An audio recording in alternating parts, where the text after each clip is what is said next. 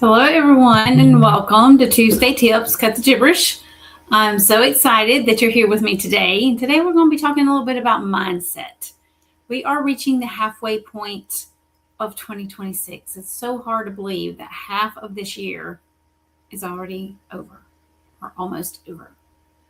So, talk about mindset a little bit and hope that you're putting goals in place for the second half of the year, different things you may want to accomplish in your business and in life, and start implementing, the steps to get those accomplished. But today we are going to be talking about mindset.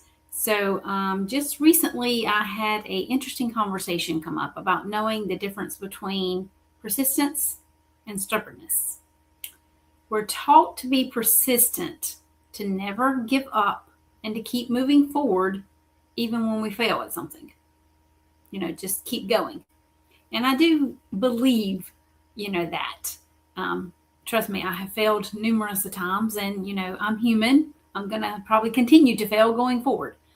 But 100%, I believe that many people give up at the first sign of resistance and never get to accomplishing great things because they lack persistence.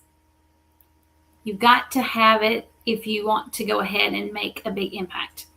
Running a business, moving forward, being successful, all the things that we all want in our business comes through persistence.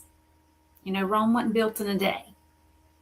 So your success in your business is not going to be built in a day either. Okay? So you have to be persistent and consistent, okay, to move forward in the direction you want to go, to reach the goals that you put in place for yourself, etc. Okay? So again, you have to want it and want to be persistent with it and want to move forward with it to make the impact that you're wanting to make with those you're trying to assist or help or work with, whoever your audience is, especially those of us who jump into the world of entrepreneurship. And most of us here are entrepreneurs or business owners. So sometimes, that dark side might creep up, and that's called stubbornness. Yes, I admit I have a little bit of that myself. I'm sure most of us do. It's where, you're doing what you're doing just isn't working over and over and over. Yet you stick with it for years because you're being persistent, right? I'm guilty, just like the next person. I'll be honest. You grab only a vision of what something should look like.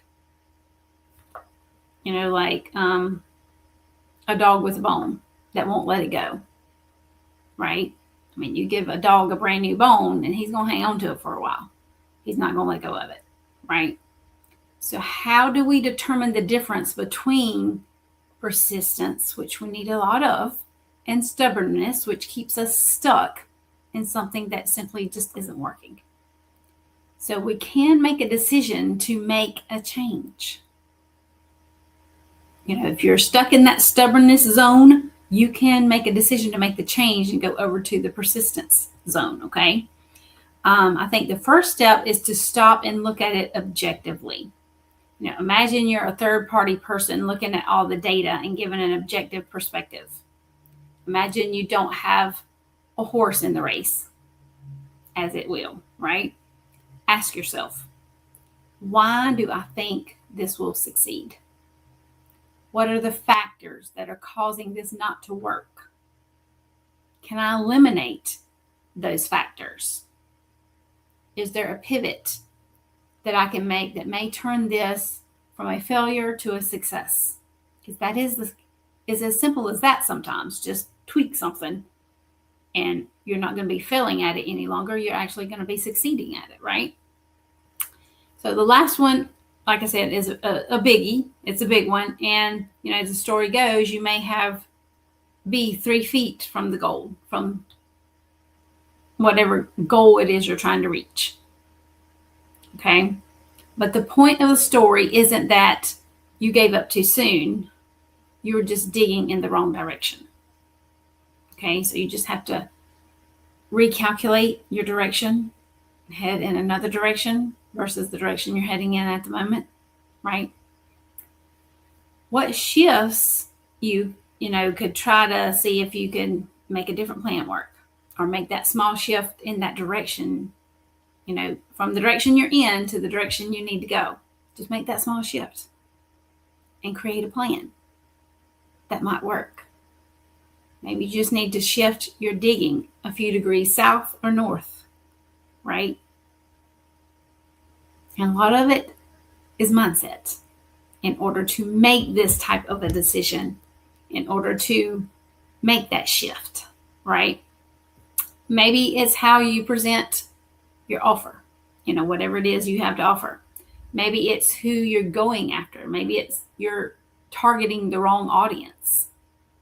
Maybe the specific audience you're trying to work with currently is not the audience that what you have to offer best fits.